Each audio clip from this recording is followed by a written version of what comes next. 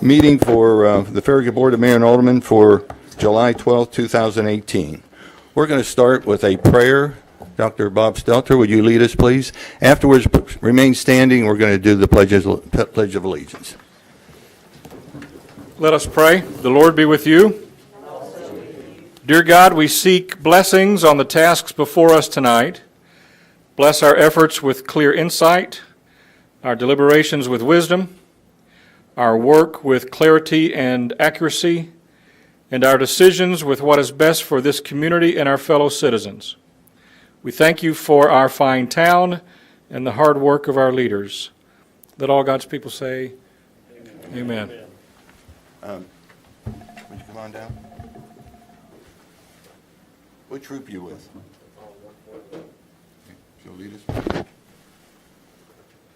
We will now do the Pledge of Allegiance. I pledge allegiance to the flag of the United States of America and to the republic for which it stands, one nation, under God, indivisible, with liberty and justice for all. Thank you, gentlemen. Thank you, Pastor. All right.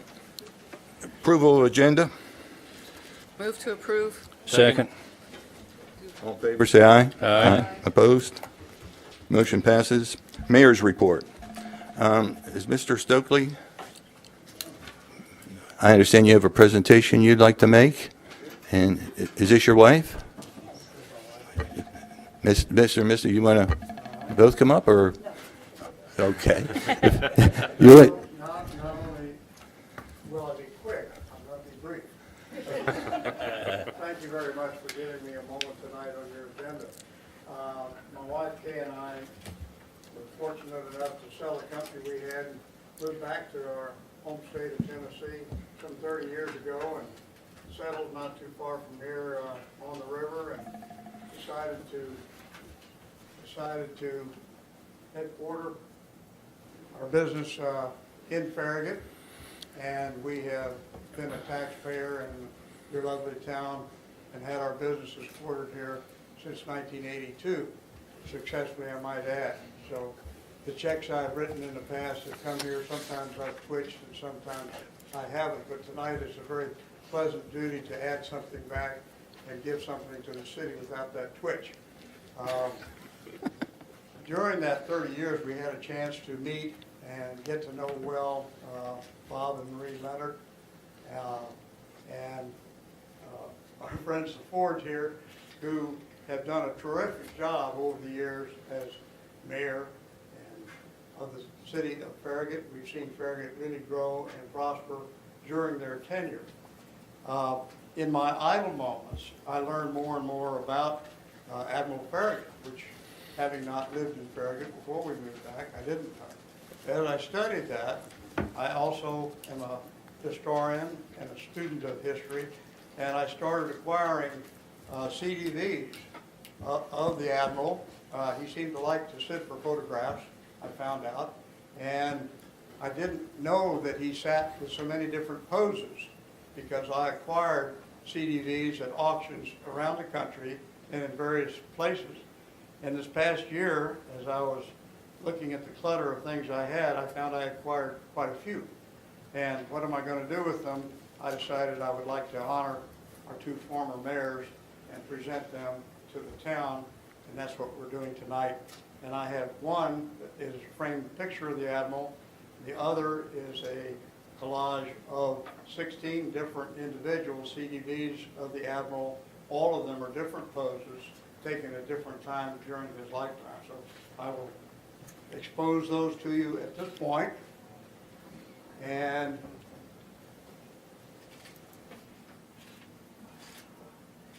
just say that we hope that you enjoy them here, and they come with nothing attached. I've signed them away, and God bless the town of Farragut, and thank you for the time on your agenda tonight.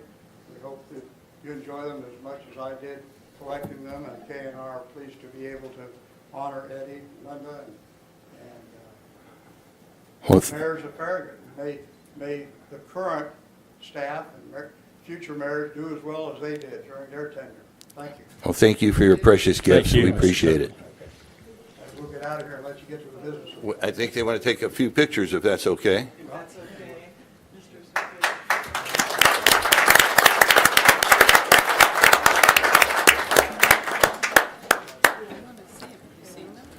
No.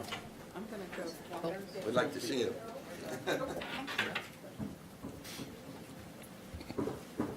You guys, the two of you want to sit? I'm going to get out. We will. You guys want to get over? Yeah, and we'll we will get some pictures real quick if you don't mind.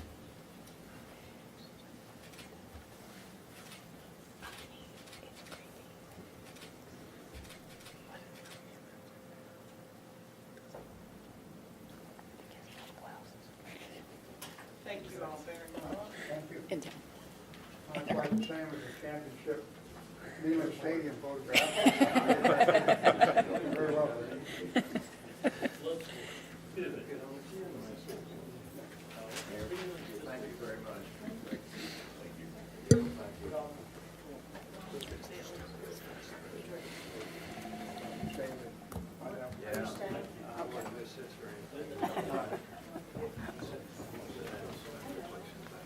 Sue will know.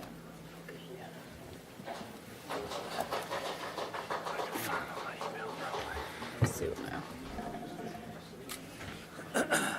All right, moving on. Next item on the agenda, oh, no, I'm sorry. Alderman Povlin wants to make a statement. I appreciate it, and I appreciate your indulgence and the crowd's indulgence.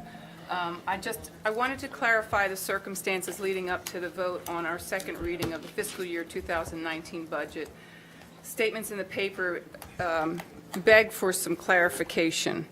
After first reading on the June 14th budget, I was still very uncomfortable with the cost of the Phase 3 McPhee Park. I listened to the pickleball and tennis court advocates and realized that Phase 3 wasn't going to give them what they were asking for. In fact, it would probably cost another $2 million. And I was already uncomfortable with the $6 million. An $8 million project just unnerved me. So the early part of the following week, I called Sue Stoll and David Smoke and requested that they reach out to Ross Fowler and look into possibly dialing back the project, Phase 3 project, to just the tennis court complex, and with the hopes that that would dial back the costs of that project. Sue followed up and presented a rough budget and project illustration, which was discussed during the June 28th workshop meeting and held before our regular meeting. Once again, I explained my concerns, which I have done repeatedly, and this board and the staff has indulged me in that, and I really appreciate that. The board discussed this during the workshop and unanimously agreed to scale back Phase 3 and reduce the funding to $4 million. I felt the need to clarify this because I took a lot of heat from park advocates. I was the singular no vote on both the design contract that we voted on in October of 2017 and the survey contract that we voted on in December of 2017. I was frustrated that, and I'll be darned if I'm going to take the heat of my votes but not get the credit for forging a compromise that we all agreed on and felt very comfortable with. So I just wanted to correct the record, and I appreciate your indulgence. Thank you. Well, I'd like to comment on that because it was my understanding that we were doing everything we were doing before and adding in the pickleball and the tennis courts, not dialing back anything. No, we're not. We are not getting the road all the way around, and we're not getting all the infrastructure. We were getting a field. Never agreed to that. My understanding was when Okay, we well. closed that budget that we were doing everything that was in the Phase 3 that we'd agreed to, the $6.1 million agreement, and including pickleball, and we're going to do it for under $4 million.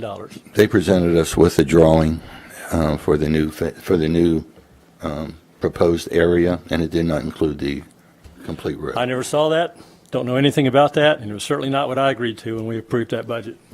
Well, what was that was presented what to we were us. presented. I mean, I know that's what I was presented with. We had a drawing, Yeah. did we not? There was a drawing as part of our In the packet. proposed budget to provide a field, the tennis court complex, and the parking, and the road leading up to the dog park, but it didn't include the infrastructure and the road all the way around. I never agreed to that. That was what the We can discussion was. Drawing. We can get everything that was done, that was on the original $6.1 million phase, including the pickleball and tennis courts. Okay, we can talk about that later. I just wanted to clarify the record of what happened to rectify the situation that I had struggled with. So, thank you. I appreciate it. Thank you, Alderman Poplin. Appreciate it.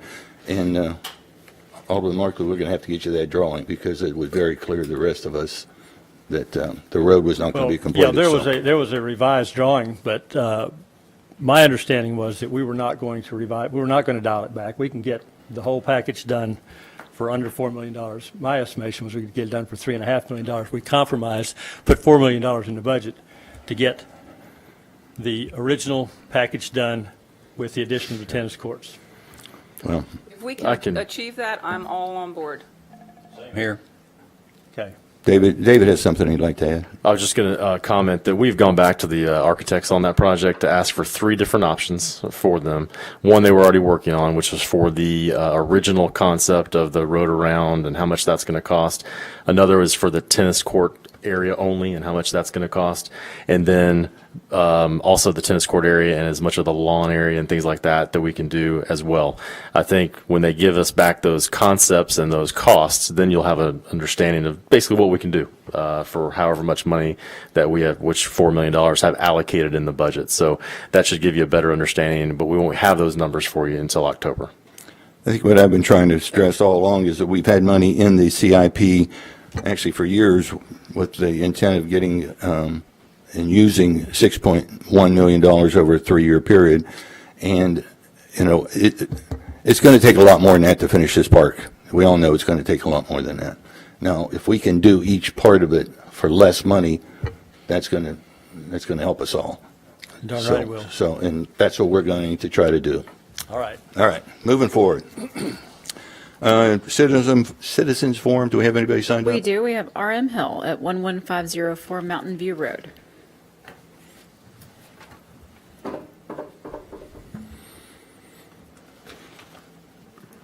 Thank you for the time. I'm exactly who Allison said I was.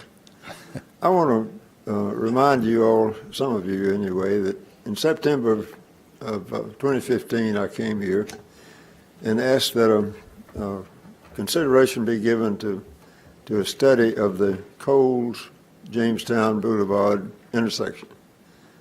And Mayor McGill said, yeah, that was a good idea, but as far as I know, nothing ever happened on it. And I'm here to ask the board mayor and alderman to formally ask our town engineer to spend the time and money to see if there's a workable solution to that intersection. Because I use that intersection a lot. And I'm more constantly now than 2 years ago, faced with people who are coming down the middle lane and want to be where I'm going down the middle lane.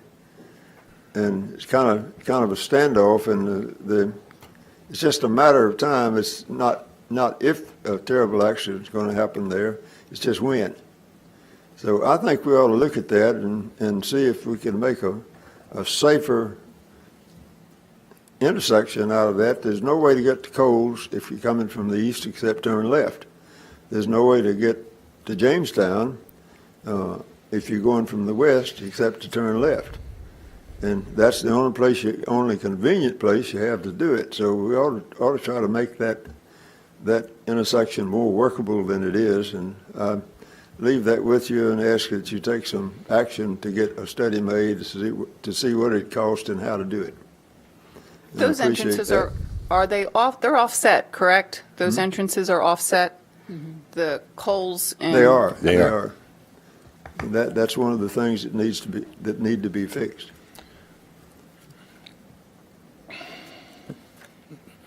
Darrell, do you want to make any comments at all on where we stand on? I'm very much aware of the issue that Mr. Hill has described. This is something that it's unfortunate it was designed the way it was back in the mid-90s. there may be some issues. I mean, before we can put any signal on Kingston Pike, it must be warranted. Those are volume thresholds that TDOT takes very seriously. They're outlined in the Manual on Uniform Traffic Control Devices. We can certainly look into this, and I can provide you more information. Does that mean traffic coming from Jamestown and from Coles, or is what's going to, That's correct. We would have to look at left turn movements, right turn movements, mostly left turns and throughs. okay. But it's the minor side streets that are probably going to control on that. Okay. The average daily volume is not large, but the peak daily volume is very large. At 7 and 8 in the morning and 3 to 6 at night. That's coming from Jamestown, you mean? Well, just on Kingston Pike, and the traffic on Kingston Pike going both east and west, and those who want to turn into Coles from the east and into Jamestown from the west. But the peak in that occurs morning and evening. Bob, And describe sometimes at lunch. what situation that you have that you see the most issue with, please. Ron, that's your question? Yeah, Sound like my hearing aids make it sound like it's back there. Okay, I'm sorry. Describe the situation that you see. You say you pull up and you see it, and describe the situation where you're sitting at and what you're looking at when you see Well, the issue, please. When I'm using the intersection, I'm looking at traffic coming at me and going by me on the outside, like 15 or 20 miles over the 45-mile-an-hour posted limit. And you're trying to turn into Jamestown? And I'm trying to turn into Jamestown so I can get to Fresh Market and buy some of my groceries. Since I don't make shopping lists, I use that as a shopping center, as a quick mart. But I'm there 2 or 3 times a day in that intersection, and other people are too.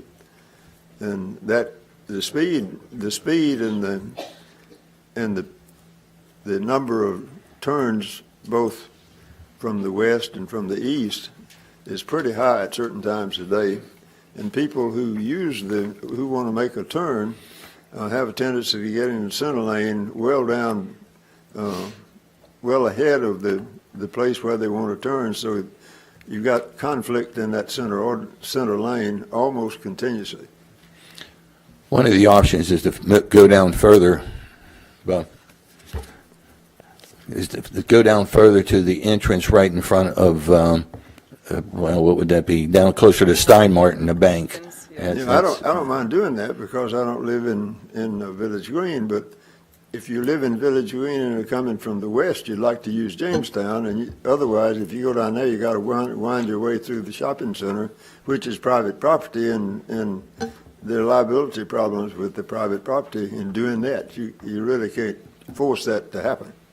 You're more, you see more of a issue when people are really not so much going to the Fresh Market, which would be like what Alderman Pinchuk's talking about, but more where you see people turning into Village Green to go home or whatever, right? Well, there's a lot of traffic into Village Green, and there's an increasing amount of traffic, and I hope it continues to increase into Coles. Because on their big days when they have sales and things of that sort, that intersection is very busy with people going to Coles. Well, your request is we're taking note of it. We'll look into it and see what we can do. I'd like you to do an engineering study to see if Darrell can figure out a nifty way to help that.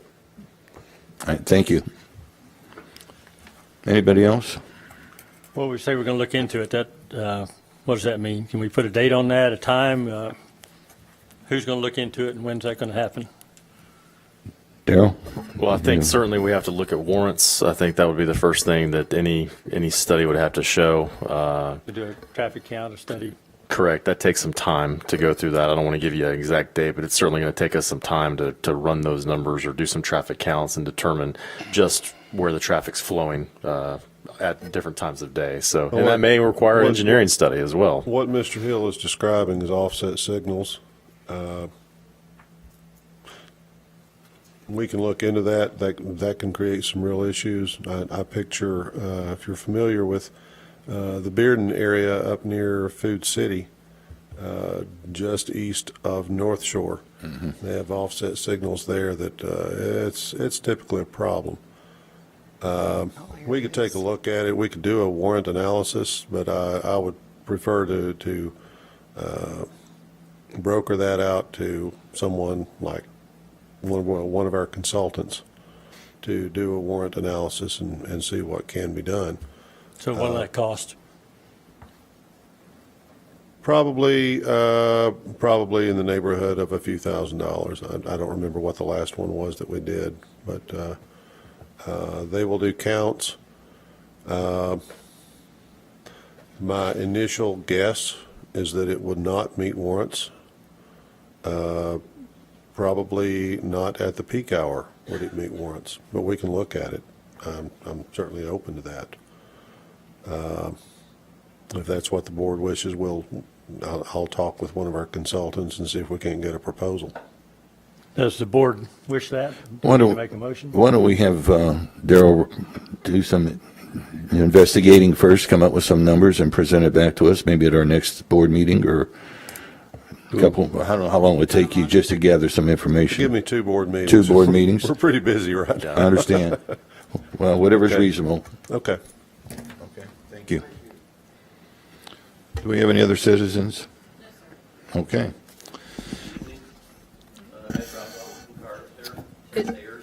Yeah, yours is about an item on the agenda. So you'll speak to that item when it comes up. Okay, I can't talk to the citizens forum? You can, but typically we just do it when the item comes up so that you can have conversation, have all the information. Yeah. All right, next item, approval of the minutes. Approve. Second. All in favor, say aye. Aye. Opposed? Motion passes. Ordinances. First item, ordinance 18-09, ordinance to rezone partial 58, tax map 151, located at 12639 Kingston Pike, 28.76 acres from R2 to R2, R1, and FPD to NCC, OSP, and FPD, Site Incorporated applicant. This item basically, on second reading, involves a request to rezone what's locally known as the Swan Farm on the north side of Kingston Pike, just west of Everett Road. Most of the property is being requested to be rezoned to the new neighborhood convenience commercial zoning district, which is kind of a scaled-down version of the C1 district, intended to be more of a transitional district where you have abutting residential developments. The floodway portion of this property on the eastern portion would be, is proposed to be rezoned to open space park. That's consistent with other properties that have had flood ways that have been part of rezoning requests. When this was presented to the Planning Commission, they did unanimously recommend approval of the rezoning. They did condition their approval on basically the property, all portions of the property accessing a street that meets the minimum design standards of the subdivision regulations. That was part of Ordinance 1809. Tom Hale, the town attorney, had gone through that ordinance and added some specific language that would more clearly address the Planning Commission's recommendation, how that might work. We talked about that language as part of first reading. As you all may recall, in subsection B4, there was some language in there in the previous version that talked about providing a letter of credit prior to the second reading of this ordinance. And that language was taken out and replaced with the language talking about prior to the commencement of work instead of the second reading, as to when they would provide a letter of credit to cover work that they might be doing in the town's right-of-way, so that we would have a remedy to fix anything that may occur, that may otherwise not yet repaired properly. That language is in the ordinance that was included with your packets. We do have one other requested change to this ordinance. It would also affect the next ordinance. And that would be in Section B, the first paragraph, about midway through that paragraph. That section is talking about the town and the owner entering into an agreement basically to address the conditions of the rezoning as they relate to the requirement for adequate public infrastructure. And instead of tying that agreement to it being executed before the second reading of this rezoning ordinance, we're proposing to remove that language. It really isn't necessary to the rezoning ordinance, to what we're doing with the conditions of the rezoning ordinance. It doesn't really have an effect as to whether they provide it prior to second reading. They're going to have to provide it and enter into the agreement as a condition of this rezoning. So we're just proposing to remove that language that would tie it to the approval of the ordinance on second reading. And Tom is here, obviously, if you have specific questions about why we're proposing that. I'm sure he'd be happy to answer that. What we're looking at here has all the changes, correct? No, They do not have the changes. No, just needs to be in the motion to amend it. yes. So I'm going to shoot for a motion. I'm going to move to approve ordinance 18-09 on second reading with the amendment of paragraph B to remove the language before the second reading of this rezoning ordinance. Second. Okay. Discussion, questions?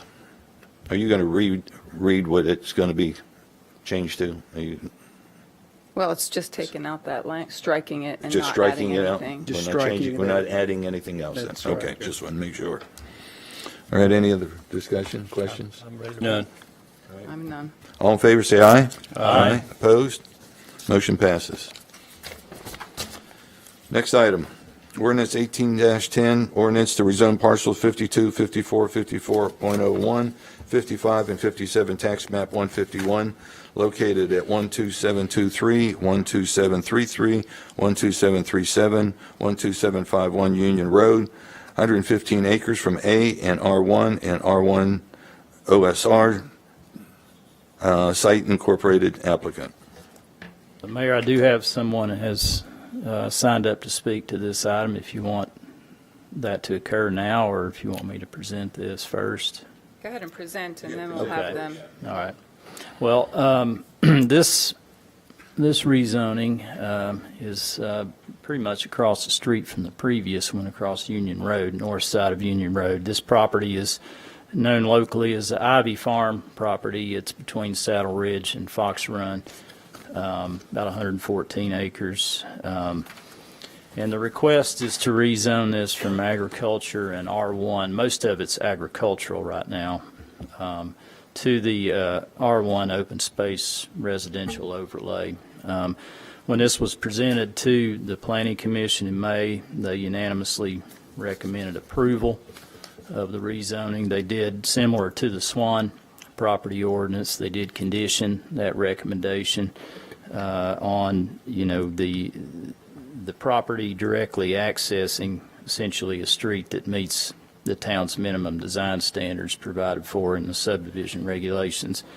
And that language of that ordinance, similar to the previous ordinance, was added to and modified by the town attorney to more specifically address the Planning Commission's recommendation and how that would work. The same changes that we discussed under the previous ordinance would also be recommended to this ordinance in terms of not requiring the agreement to be entered into between the town and the owner prior to second reading, to strike that language. So with that modification, the staff would recommend approval of ordinance 18-10. Okay, need a motion? No, we need to hear the No. resident first? We do have one resident that's signed up. Before we do it, now we're the motion. It doesn't matter. Yeah. Okay, we can listen to them. Should have the motion on the table I think before we we should have have motion. discussion. Yeah, I think we should. then. Sorry. Okay, motion to approve ordinance 18-10 on second reading as modified by striking from paragraph section 1B, the words "and the town" before the second reading of this rezoning ordinance. And also 4. Do we have a change? No, just strike That's on. been changed. Okay. I think the only, the language to be stricken would be just before the second reading of the ordinance. And the town, that's right. I Yes, think, sir. and the town needs to stay in. That's correct. You want me to restate it? Yes. Yes, please. Okay. Motion to approve ordinance 18-10 on second reading with the only change being section 1, paragraph B, strike the words "before the second reading of this rezoning ordinance." Have a second? Second. Okay, now discussion. We have, Tim Sayers is signed up to speak to this. state your name and home address, please.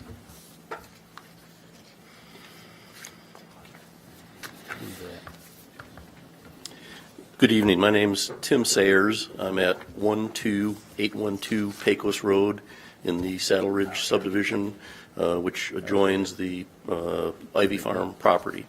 So thank you for letting me have an opportunity to speak this evening. It may seem a bit premature, the topic I'm going to talk about, but I've learned that if you don't start speaking early and often, oftentimes things get a mind of their own. So I've been to a number of other town meetings, and I'm going to continue to come to the town meetings until I feel that the voice is being heard. So my topic is about the proposed Ivy Farm development. I have absolutely no issues with it being developed. Based on what I've heard, I think that the owners of it have been very patient in getting to this point. I have no issues with the proposed zoning for it. My issue is that it appears that when that is developed, that it's going to be connected to Saddle Ridge subdivision. And my understanding is for a number of years now, when a new development is put in, it has to have 2 access points for emergency vehicles. The access points don't have to be for all vehicles, but there has to be 2 access points for emergency vehicles. So many Saddle Ridge residents, including myself, do not want to have the Ivy Farm connected to Saddle Ridge for normal vehicular traffic. We're fine with it for pedestrians, bicycles, and emergency vehicles, but we think to have it connect for normal vehicular traffic doesn't make any sense. It'll put additional traffic in Saddle Ridge. The road they're proposing to connect to is Pecos Road, which has no sidewalks on it. The entrance of Saddle Ridge Drive has no sidewalks on it. Our clubhouse is at the entrance of the development. So, if the development was to be connected, the IV development to Saddle Ridge would bring additional traffic in to a road with no sidewalks that eventually leads to the clubhouse. My understanding is the new development would have sidewalks on the road. So, we're basically saying new developments should have sidewalks, but let's connect that to a development that does not have sidewalks in that part of the subdivision. I've spoken to one of the representatives for the developer of the Ivy Farm, and they said, if they had a preference, they'd rather have just 1 vehicle access, but, they have to have 2 emergency vehicle accesses. Talked to the developer for the property on Virtue Road, and he said, he'd prefer to have a single access to his subdivision, but yet because of fire regulations, has to have 2. The residents of Saddle Ridge say, we don't want to have a second entrance. So, what I'm asking for is for the board to listen to the citizens. I understand that there was a survey done several years ago, and the survey came back, survey of the town of Farragut, people came back and said, boy, we want things connected. That's all well and fine when you look at a big picture like that. If you ask me, man, I want a lot of cell towers, but don't want them in my area. I want an expressway, but I don't want it in my area. So if you give me just a broad survey, I'm going to check everything off, right? Because it doesn't affect my backyard. So again, that's, many of the citizens that live in Saddle Ridge don't want to have vehicular access. Heard from two developers that say that in their developments, they'd prefer to have single access for normal vehicular traffic.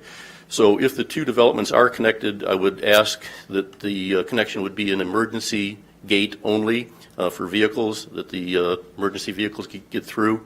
Pedestrians and bicycles could, pass through a area in that point. But again, please listen to what the citizens are saying, particularly the citizens in that area where the development's going to be. Thank you. You.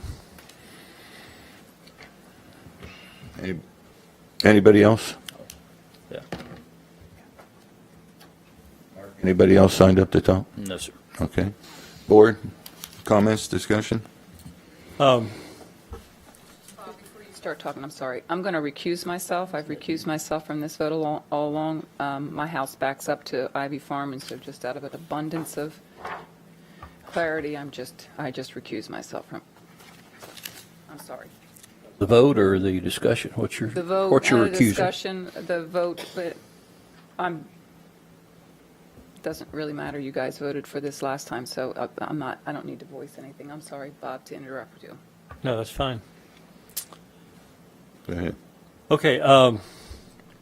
In my email interactions with residents of Saddle Ridge, I sent a picture of a gated cross street with an emergency gate there that the only people would have access to. It would be emergency vehicles. Mark, could we do something like that? What would be the objection to doing that?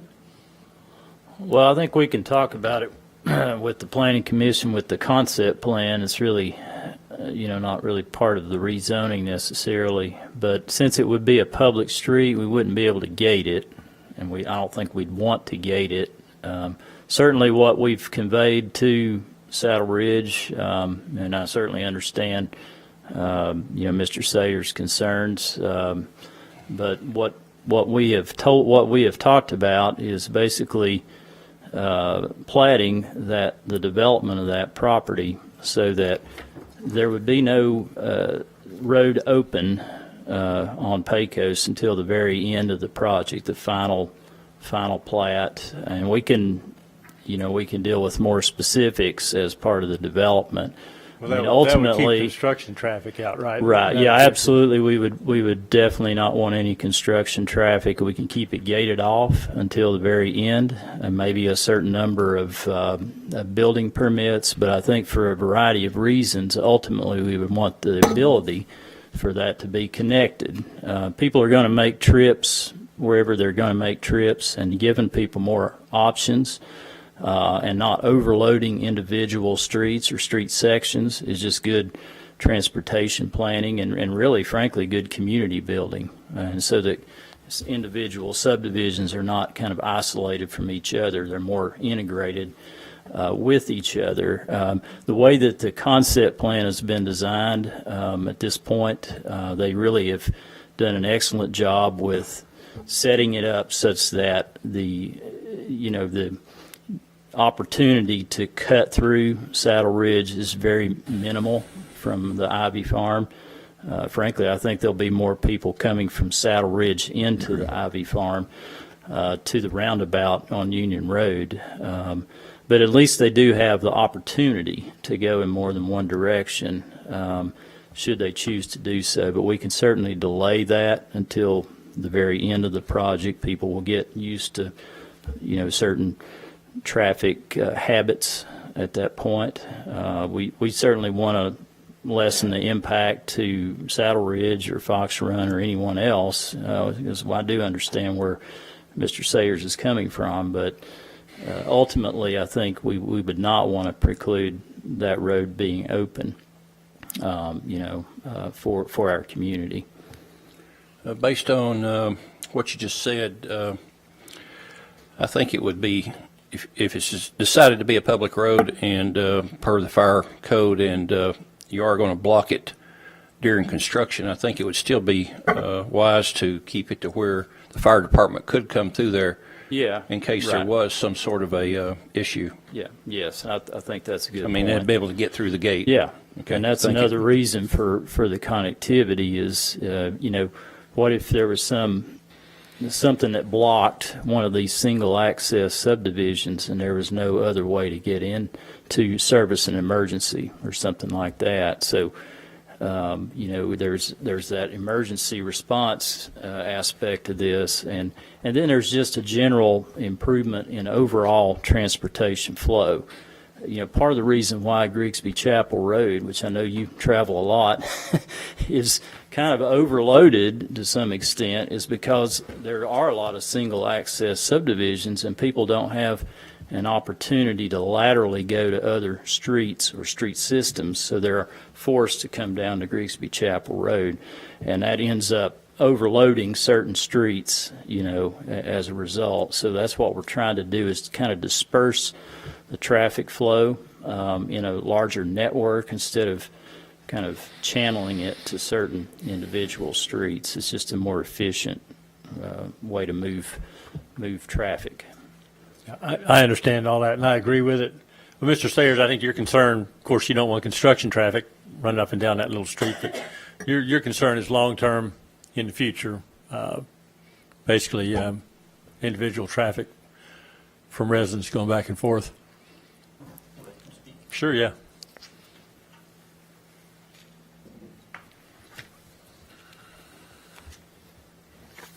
So regarding the construction traffic, I have, concerns about that, as do other residents, and it sounds like there's a plan for that.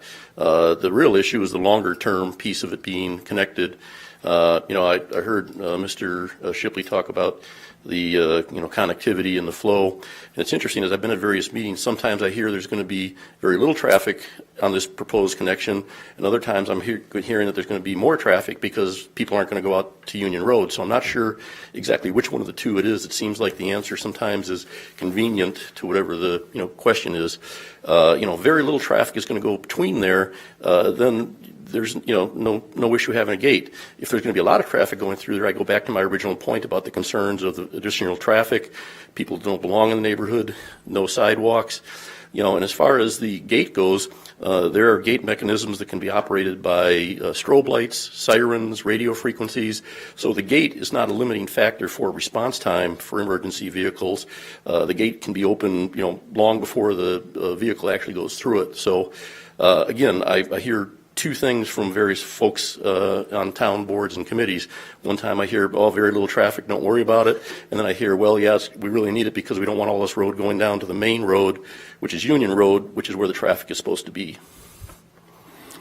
I think from the staff developer meeting, when I took from it and I saw the concept plan, and it was well done, the road that's going to connect the two is at the end of a cul-de-sac. And so I think there's going to be very little traffic coming from the Ivy property to Saddlebrook or Saddle Ridge. And I think what you're going to see is probably more traffic from Saddle Ridge cutting through this the Ivy property to get to the. But that's his concern, I think. Right, increased traffic on Whichever way a it's road going. that's not designed for it. But I don't think it's going to be that much through traffic myself, from what I saw. Then let's not worry about connecting it. It doesn't really add much value. Which one is it? It's either a lot of traffic or a little traffic. Well, and I don't think anybody can really predict that. I you think can't. what we could do, maybe a solution to this is go ahead and build it according to the plan. If it becomes a nuisance, install a gate. How about we install the gate, and then when there's an outcry from people in both developments saying, man, we need this road open, let's do that. That would be listening to the people. The current people don't want it. And if in the future somebody else wants it, let them come and have the outcry and the demand and be at the meetings, and then you can open it up. That's a pretty good argument. Yeah, let's It apply is their neighborhood. Let's apply some logic to it. I'm sure we'll have a discussion about that Yeah. next The Planning week. Commission, correct. Tonight. I'm sorry, what? The applicant, yeah. May I speak? Yes. Go ahead, right. State your name and home address. My name's Robin Askew. I'm an attorney at Lewis Thomason downtown, 620 Market Street. I represent the applicant. Just wanted to point out that we appreciate the concerns of the people at Saddle Ridge. We have heard them. It's my understanding that when Saddle Ridge was built, this road was stubbed in at this point. The developer is very willing, with input from the town, to do what is necessary to try to make the situation amenable to both sides. But I did want to point out that with respect to what's going on tonight, this is a rezoning. And next week, we go to Planning Commission with our concept plan. And so the minutia of where we are will be discussed in greater detail next week. And again, as the developer's representative, I do want you to know that we are willing to work with the town and the folks in Saddle Ridge. Thank you. Thank you. Thank you. Thank you, Rob. All right, any further discussion? None. All right, all in favor, say aye. Aye. Opposed? Motion passes. Excuse myself. Next item, business items. Approval of a proposal for urban engineering for design of a sidewalk connection at Smith Road from Everett Road to Andover Boulevard. Yes, this is a proposal from Urban Engineering for final design of sidewalk along the northern side of Smith Road from Everett Road to Andover Boulevard. You'll recall that over the last year, staff has been working with the Andover subdivision residents to come up with a plan to extend a greenway across open space parallel to Smith Road from Andover Boulevard to the west toward Everett Road.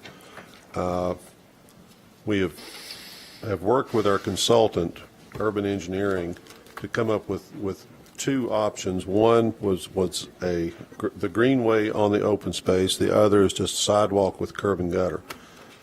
We've presented plans to the Homeowners Association.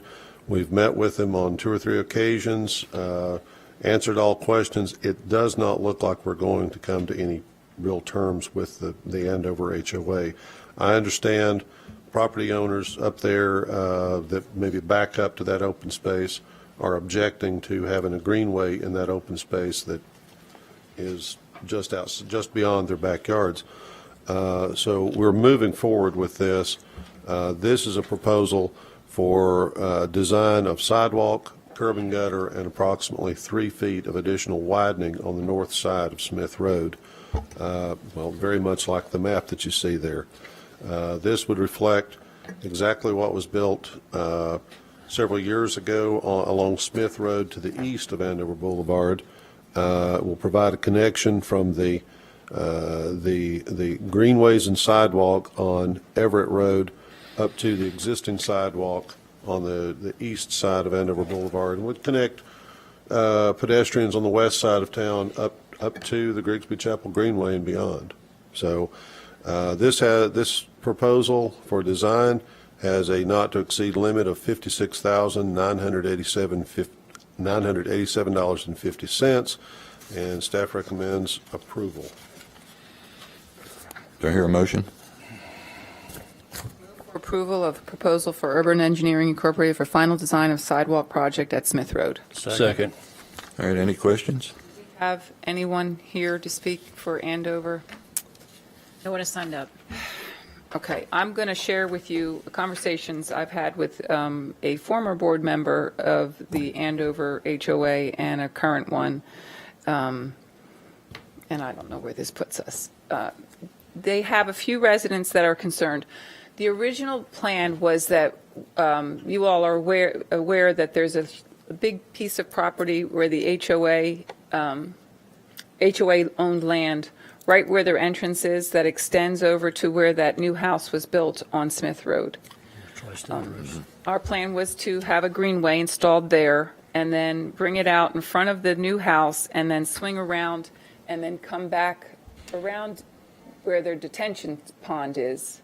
Around the backside of the Yes, detention pond. yes, and then bring it out.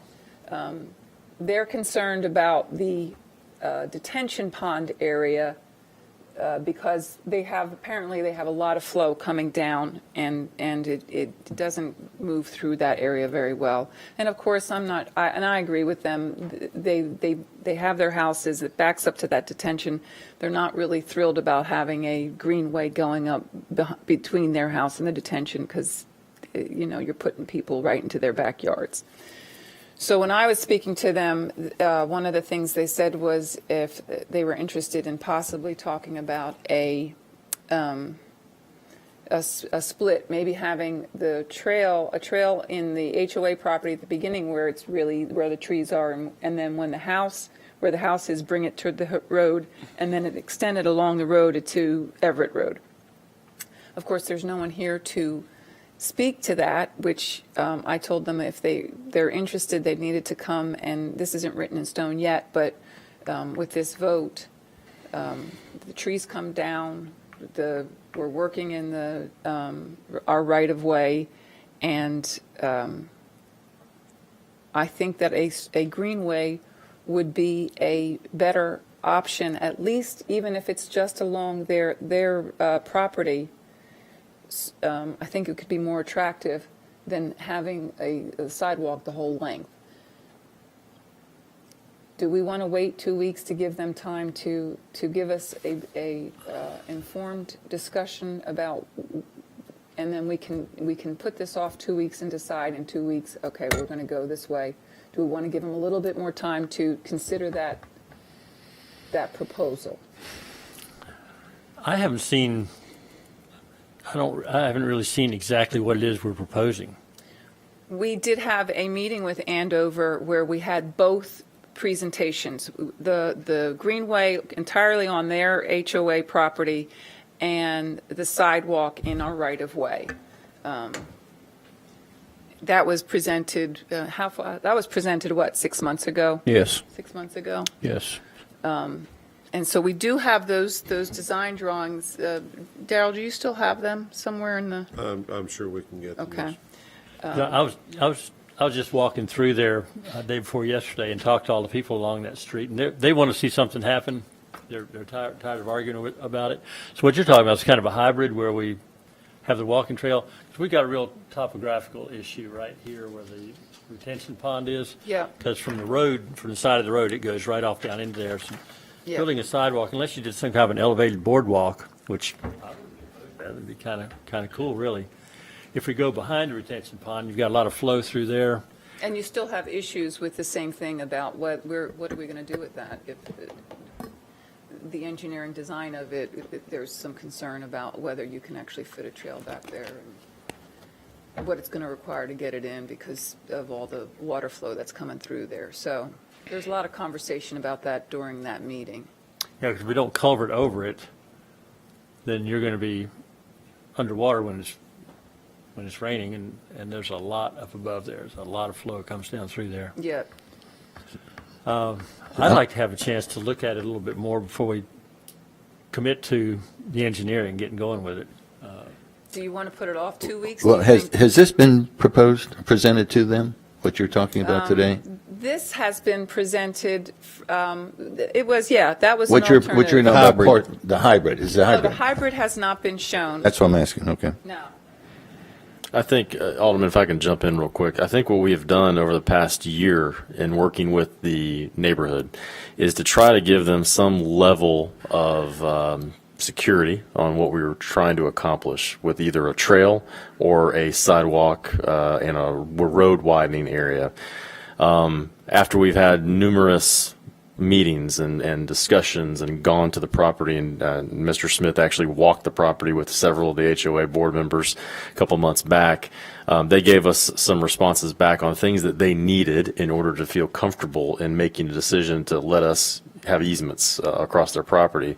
I think what we determined internally is that we can't give them enough of a I guess, answer right now to make them feel comfortable in letting us go ahead and do this work without doing a lot more engineering work that's going to be required just for them possibly to still say no at the end of the day. So I think if you're comfortable with going down that route, then certainly we can do that. We were just trying to save, frankly, dollars on design by moving forward with the sidewalk project at this point. But certainly if you want to have more discussion with them and see if that's something that they would be more willing to do, then I think certainly we could have those discussions with them. I would like to at least push it out 2 weeks, so at least 2 weeks, so that we can have a conversation. I can call Justin. He reached out to me today and see what their plans are. If they're amenable to this compromise design, if we can get moving on it, because I don't think there's no issue with any kinds of flooding or anything on this aspect of it. Right. That one is just a matter of getting in a greenway. Are we? Yeah, I would like to see. I'd like to. I don't know why the sidewalk sections, curb gutter sections are not here in the package where we can look at them. 6 months ago was a while ago, and there's been a lot of water under the bridge since then. I'd like to have 2 weeks to just get to see the designs again, see exactly what we're talking about, and then and talk to the folks out there. Okay. I'm for that. A motion we need to make, or? Well, let me ask you another question. What kind of costs are we talking about as far as engineering? You say it's going to be additional engineering costs. What? Well, I think it's time and engineering. I mean, so if you want to look at what they have asked for is to be able to know exactly how much money we're going to give them for easements and exactly where those easements are going to go. I understand that's certainly something that would give them a better level of comfort. We can't do that, though, without almost final design of the project. And so you've actually got to spend $50-something thousand, probably close to it, to design everything and then hope that they will say yes to the easements. And I think that's where we knew that level of security meant a lot of dollars out of the town's pocket in order to design that for them. So that's why we, as a staff, recommend going with the sidewalk project. But certainly we can extend that and we can go forward and have more discussions, whatever the board desires to do. But I just wanted you to know what the possibilities may be and what the cost would be. We need to move on this. We've been at this for about a year. We met with them last August, and I always, from the beginning, I explained to them, this is their decision. This is their property. I think it's an amenity that they, and especially on the front, that front section with the trees there, and they can plant more trees on the other side of it, put some benches in. It could be a really attractive amenity, or it could be a sidewalk and no trees, and you'd have to replant all those trees. So I would love to at least put it off for 2 weeks so we can have one more conversation with them to see if we can find some agreement to get this project going. We need to go. Yeah, and I don't see where that would cost us anything, because if we decide that before we do the engineering, then it makes them happy, because there is a pretty high level of frustration down there, I can tell you. Well, I would let them know that we're giving them 2 weeks and we got to come up with an answer. If not, we're proceeding. Okay. Mayor and board, can we give them actually 2 meetings? Mr. Smith's going to be not available A lot going on. at the next and meeting. I am yes, I won't be at the next meeting. That's Okay. correct. So. Well, That's fine. that's fine, too. That gives us but, more time to kind of. The problem, We need a motion. So frame that. move to, is it, that word isn't delay. Table. Table Able for for 4 weeks. two meetings. Do we have 2 meetings? Yep. I'll second. All right. Any further discussion? All right, let's have vote. Done. All in favor, say aye. Aye. Opposed? All right, motion passes. Thank you all. That was good. Next, approval of proposal for mapping and assessment of the town of Farragut stormwater infrastructure. Yes, this next item, this is the next phase 2 of the mapping and assessment of our stormwater infrastructure. You'll recall last year that we entered into an agreement with University of Tennessee Water Resources Research Center for assessment and mapping of our infrastructure, stormwater infrastructure in Fox Den, Village Green, and Kingsgate. That project wrapped up. It was just the first of several phases. The idea is to create an assessment of all of our stormwater infrastructure so that we can better plan for maintenance costs in the future, maintenance and replacement. The fact is, any infrastructure that the town is responsible for will eventually wear out, so we better have a good plan of action moving forward. This next phase includes Old Stage Hills, Concord Hills, and Thornton Heights. If time and budget allow, we would like to also include Stonecrest and Farragut View.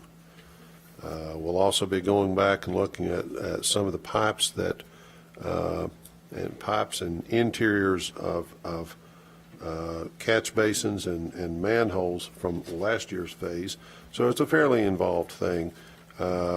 Again, this is just one of several phases to create this whole study.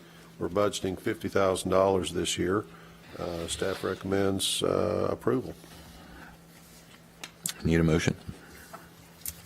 Motion to approve the agreement with UT Water Resources Research Center for mapping and assessment of the town's stormwater infrastructure for a not to exceed amount of $50,000. Second. Discussion? I have a quick question.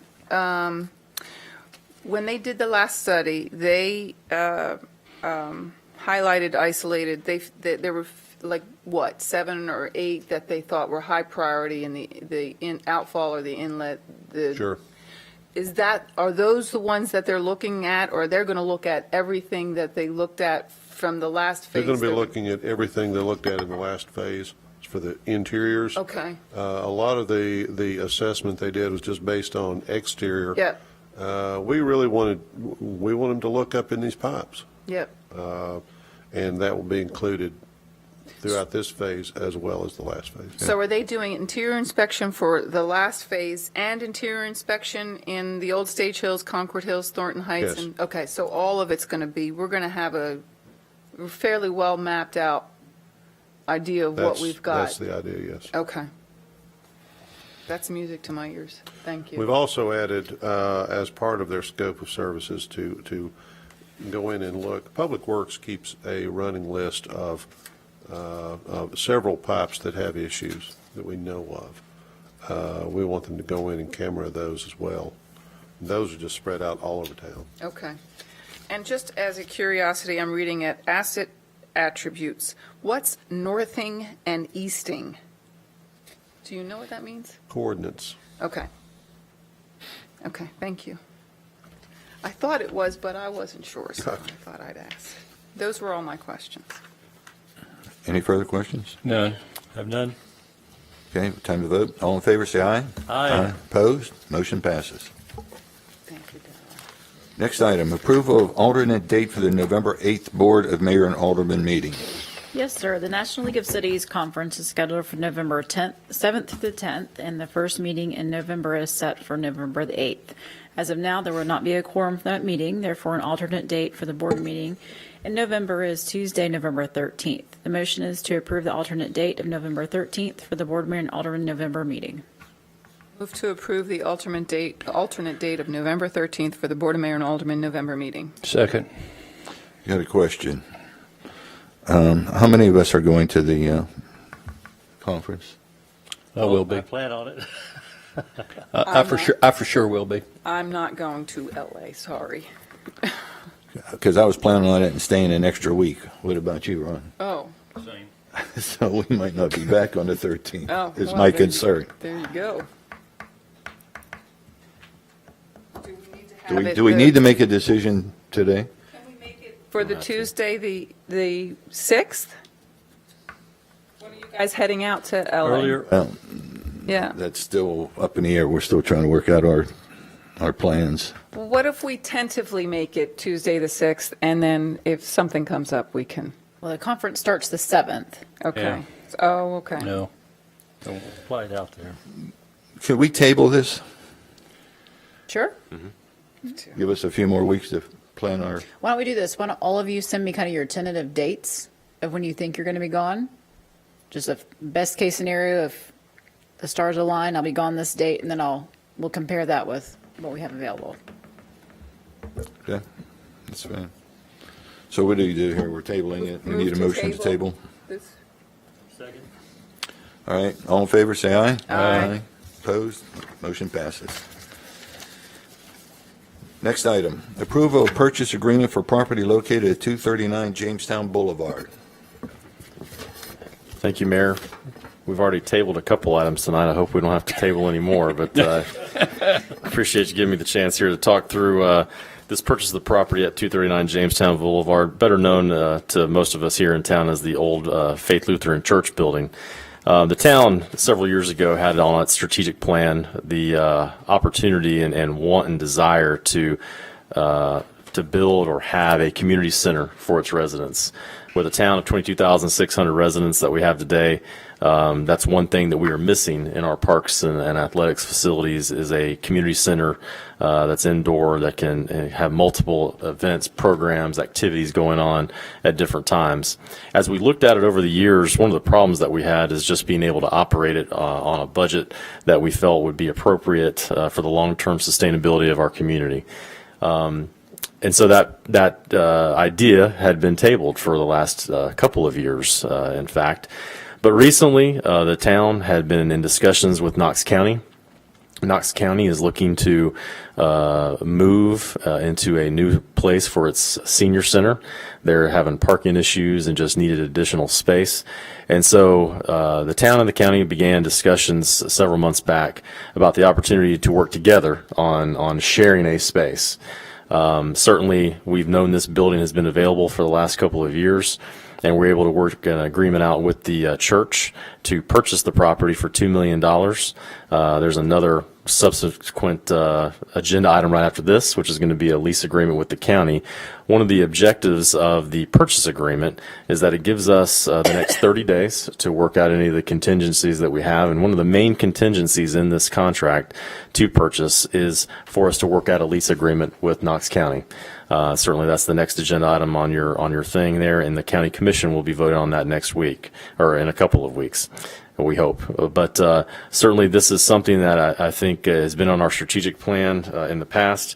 It's something that, as a part of our current strategic plan, will meet the future needs of our objectives of providing excellent parks, recreation, cultural amenities, and programs, as well as cultivating our relationships with Knox County through our regional leadership and cooperation. So with that, I certainly recommend approval of this agenda item, and both myself, Tom Hale, are both here to answer any specific questions that you have about the contract or anything else that you see in there. Hey, I move to approve Go ahead. I move to approve the purchase of the property located at 239 Jamestown Boulevard and attached real estate sales contract. Second. Okay, discussion. We did have a workshop, so it's hopefully had most of our questions answered. We have one speaker tonight. Oh, okay. It's Sam Howard. Give us your full name and your home address, please. Sam Howard, 325 Quail Point Road, and I stand in support and favor of the motion. Thank you. Thank you.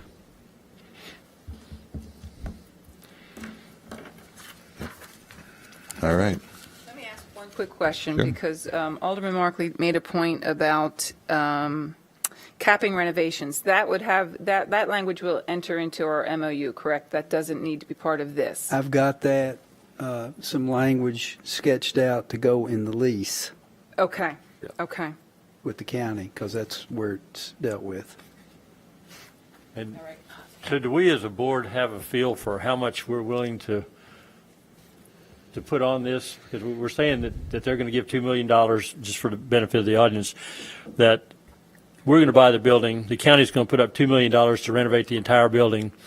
Anything above $2 million that they spend, we're going to split it with them 50-50. And my concern is that if they decide to spend $3 million on their side down there, there's nothing in this contract to keep us from being on the hook of paying another $1 million or another $500,000 to upgrade their part of the Yeah. their part of the structure. So I'm sorry. I'm not sure how's the best way to Well, address that might that. be a discussion I think for I've our got next- that covered in the next piece. Okay, so the And- next agenda item. Okay. Let's get past this This first. agreement is contingent on getting the lease Agreement, yeah. worked out. So I think we're okay approving this if Okay. you want to do that, and then we'll deal with your issue, which is a good one, in the lease agreement. Okay, I'm good. I have no more questions. I don't either. Done.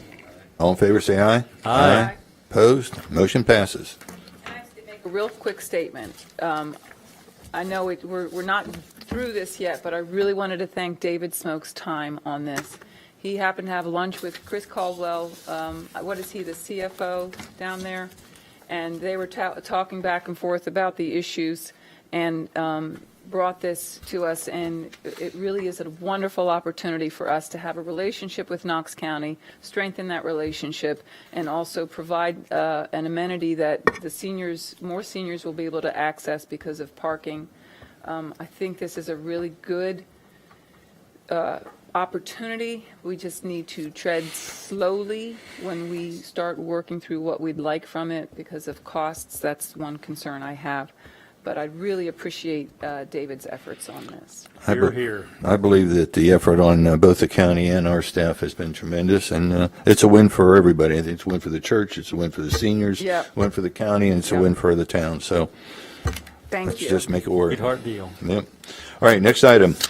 Approval of memorandum of understanding between the town of Farragut and Knox County. Okay, do we need to vote on the contract first? We just did. We did, just and did. then I started talking. Okay, all right. That's right, okay, so moving along now. All right. So this agenda item is dealing with the agreement between the town of Farragut and Knox County. And it's in the form of a memorandum of understanding, which has a lease agreement attached to it. A lot of details in that lease agreement, which town attorney Tom Hale and the county attorney have been working on these past couple of months. So we can go through all the details if the board needs us to. But some of the main items to think through and know about are: this is a 20-year term. The town would purchase the property for $2 million. The county would have renovations that they would pay for of up to $2 million. And I know Tom's got some language to kind of address some of those issues that you had some questions of in the workshop earlier. The operations cost, the town actually would occupy, this is a 35,900 square foot building. The town would occupy 16,556 square feet. The county would occupy 9,672 square feet. And then we've got additional square footage called shared space that we would both occupy at various times throughout the day. It would actually be arranged to where we would occupy 60% of the space. They would occupy 40% of the time of the space. It includes a gymnasium, restroom facilities, a commercial kitchen, and a stage area. Of this space, that would be, the times for that would be between, I believe, 7:30 a.m. and 4 o'clock p.m. Monday through Friday. So the weekends would be town's ability to use those facilities on the weekends, barring any other things that the county may want to utilize. Certainly, we'd be willing to work with them on that. Also, the operations cost, the town would occupy, and it would have its own operations cost within its part of the facility. The county would have its own operations cost in its part of the facility. And then the shared space, we would share the cost of that, 60-40, as originally mentioned earlier. Also, any kind of utility payments, any garbage collection, any insurance for the building that is needed would also be split 60-40 between the parties, as that includes outside maintenance as well for the facility. So that way the operating costs for the town and the county both are lowered rather than having it all based on one entity or the other to handle that. At the same time, since the county is putting in all the same amount of money that the town would conceivably be putting in, then there would be no lease payments per se, just these operating agreements of the actual ongoing cost to operate the building. Any major repairs to the building would also be split according to the contract the same way. So if you had a major HVAC unit, which that building does have, needed to be replaced, then we could share in those costs as well. So all those things have been considered in the current lease. I'm sure there's other details that the board may have that Tom can certainly answer for you. But we can also get into the additional language that Tom has here. And one of the questions I think you just mentioned earlier, Alderman Markley, was regarding the amount of money you're willing to put into the building. So let's say the renovations really cost more than $2 million, which we feel like it's going to be around there or a little bit more. We certainly have money in our CIP reserves to put additional dollars in if the board feels comfortable with that. I think I could go through the CIP pretty quickly and tell you we've got around, we'll have a little over $5 million in our CIP reserves at the end of this fiscal year. So there's some additional dollars there that we could utilize if the board feels that's something they'd like to do, is put additional monies into that. And so I'll turn this over to Town Attorney Tom Hale to talk about that additional language. During the workshop, a couple of issues were raised. I think they were good ones. And I would suggest if you have the agreement there in front of you, the lease agreement, if you would look at paragraph 3. Paragraph 3 is the section that talks about rental, and that's where it discusses the renovation costs and that the county would spend renovation costs of $2 million. I would suggest that we consider adding, it's about halfway through the paragraph, after the words, then lessor and lessee shall each pay 50% of the excess costs of the renovations, period. I would suggest in that place we insert this language. The renovations shall include renovations to the entire building, period. And then add this, before the work of constructing or installing of the renovations is commenced, the lessor and lessee shall agree upon the specifications for the renovations and the budget for the renovations, period. The budget for the renovations shall in no event exceed, and then you need to come up with a number. I just wrote down $3 million, which would mean in no event would the total cost go over 3. That would mean our share of that would be $500,000. So that would put a cap on what our exposure would be for the renovations. Now, that is just pulling a number out of the air. It has nothing to do with what needs to be done, because I don't really know, and I'm not sure anybody really knows at this point, but it does put a limit on it, and we can always amend that later if we need to. Well, I really like that the parties shall agree before any work commences. So that kind of puts a burden on both parties to, it ain't going to happen unless we agree.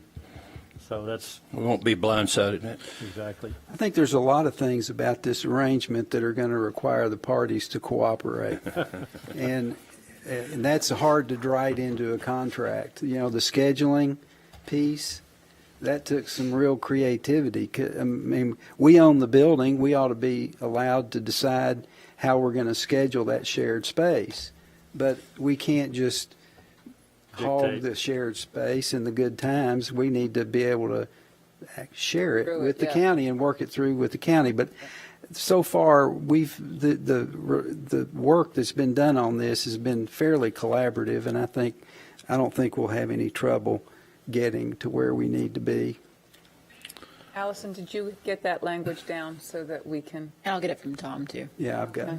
I got one other question about the Mrs. Carver's will and donation. Do we know what exactly, have we seen that or know what it's all about? I think there was 130,000. To the spraying, but that's their money. Correct. Yeah, that we don't have anything to say at that. So the question then is what cap we want to put on it. What does this board feel comfortable investing in this? And of course, we have no clue what we're going to do to this building, but $2 million buys a lot of paint and sheetrock and plumbing and wiring, and the building's in pretty good shape. Well, parts of it are. Some of it's older than some of it. Right. I'd rather do less and look at more if we have to. I think we can always bring it back before the board if somebody brings a proposal that we all feel good about. So What's less to you? Less than 3? Yeah, yeah, I'd say about 500 over, yeah. which would put us at 250. 50 and Yeah, 250? that's what I look at. So Put that at 2.5. 2.5 million? Yes, Does that sound, And not to exceed. Yeah. yeah. are you comfortable with that? I am. And Alderman Mark, are you comfortable with that? I would like 2.35, but You like odd numbers, that's the problem. I'll take 33 and a third, please. well, there's other people's money. You know, what the heck? That's another 150,000. He likes less. That's what he likes. I'm with you, that's, I understand. Is if we have money in there, it'll get spent. So we can always go back to the well again if we have to, but it's something that will require collaboration from the board and Yep. citizen input. So that's why I would prefer to keep it low at this point. Yeah, And we got depends. $2 million in there. $200,000 would be a 10% overage if we were to say $2,200,000. So I think 500,000 is a lot. Then 2.4, if it's 10% overage, I don't know what that means in the industry. That would be a 10% overrun, which in my history, that would be a lot. You know, if I'm building a custom house and it ends up costing 10% more than the Then $1 million they had in the budget, then I'm a bad contractor and I've You're in debt. lost some faith. There are some big ticket items that are going to have to be done to the building with ADA compliance, especially in the older part of the building. Yeah. All the restrooms have to be ADA compliant, all the entryways, make sure those are all ADA compliant. Any new entryways we put in have to be ADA compliant. And then also, depending on obviously the use of the building is going to require fire sprinklers and part of that older part of the building, and that's a major expense. So those are two that we're a little nervous about with how much that is. You're right, most of the sheetrock and the things like that, it'll just come and go. A lot of the HVAC systems are going to have to be upgraded or changed out. They're original. Some of them look original to the building. I'm not sure if they are or not, but there's things that certainly will add up cost over a big building like that. Well, why don't we, because we can always come back on this, but let's go $2,250,000, $2.25 million, just to kind of keep it, not to make it look like we've got an unlimited budget out there, just to be prudent. I'm Yeah, I comfortable with that. I'd rather be conservative and come back to looking at that anyway, so. 2.25 instead of 2.5. Yeah. Yeah, for it to go much more than that, like David said, it would have to be something kind of major anyway. So Right. at this point, it's kind of hard to say. This is probably a pretty generous estimate. Major. $2 million. They didn't just pull that number out of their hat. That was to match our purchase price, I believe. Yeah. Sure. Nope. Comments? I'm ready to. Do we need a new motion? And our motion. Yes.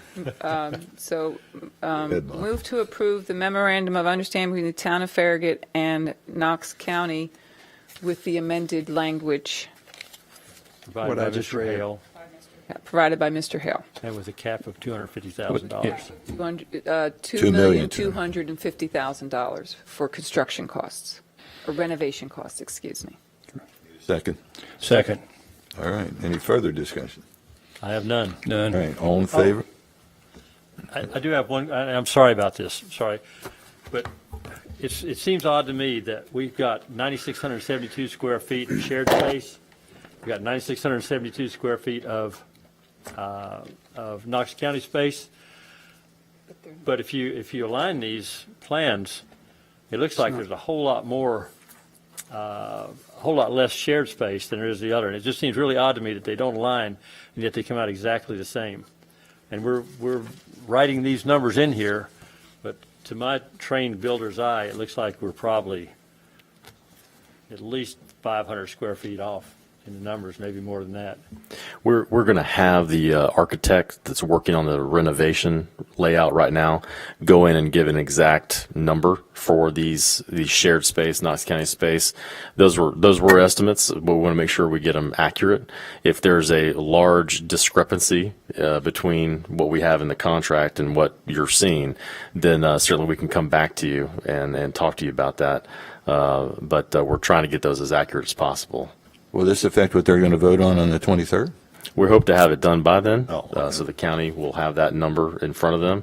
So again, if there's something that we feel like is certainly not, I guess, equal in share or the same as what we have in this contract right here, we can come back to the board here and ask you to amend that, because it would be different numbers than what's in your contract Yeah, because we're right now. saying 40% based on the Correct. measurements, and yet, I mean, I can look at this, I can tell they're nowhere close to the same.